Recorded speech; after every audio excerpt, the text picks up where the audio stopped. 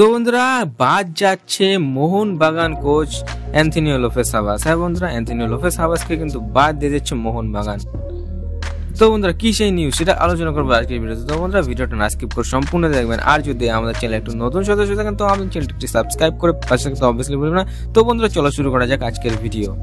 তো বন্ধুরা Anthony Lopez হাবাসের কথা বললে কিন্তু আইএসএল এ কিন্তু খুব একটা ভালো পারফরমেন্স দেখাতে পারেনি। আর তার বর্তমান রেকর্ডের কথা বললে কিন্তু সে কিন্তু বর্তমানে সুস্থ নেই। হ্যাঁ বন্ধুরা, আর সেটা হচ্ছে দলের দিক থেকে একটা খারাপ লক্ষণ। আর দল কিন্তু তাকে টাইম দিয়েছে 2-3 তারিখ, আগামী 2-3 তারিখের মধ্যে সে যদি সুস্থ হয়ে যায় তাহলে সে কিন্তু দলে থাকবে, না হলে কিন্তু তাকে দল থেকে বাদ দিয়ে নতুন একটা কোচকে নেওয়া হবে, এরকম কিন্তু একটা নিউজ বেড়ে চলে আসছে। তো বন্ধুরা যেখানে আইএসএল এ একটা দুর্দান্ত কোচ হিসেবে সে কিন্তু পরিচিত, কিন্তু বন্ধুরা এশিয়ার প্ল্যাটফর্মে, হ্যাঁ বন্ধুরা এশিয়ার প্ল্যাটফর্মে এএফসি কাপে কিন্তু সে মোহনবাগানকে অনেকবার তুলেছে, কিন্তু খুব একটা ভালো ফল করতে পারেনি।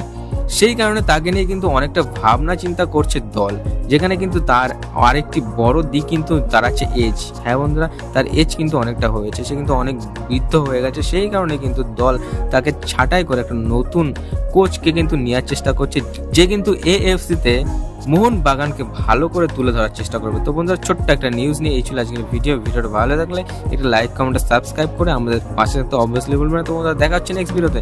ভালো থাকবেন, সুস্থ থাকবেন, আসতে থাকবেন, বাই বাই।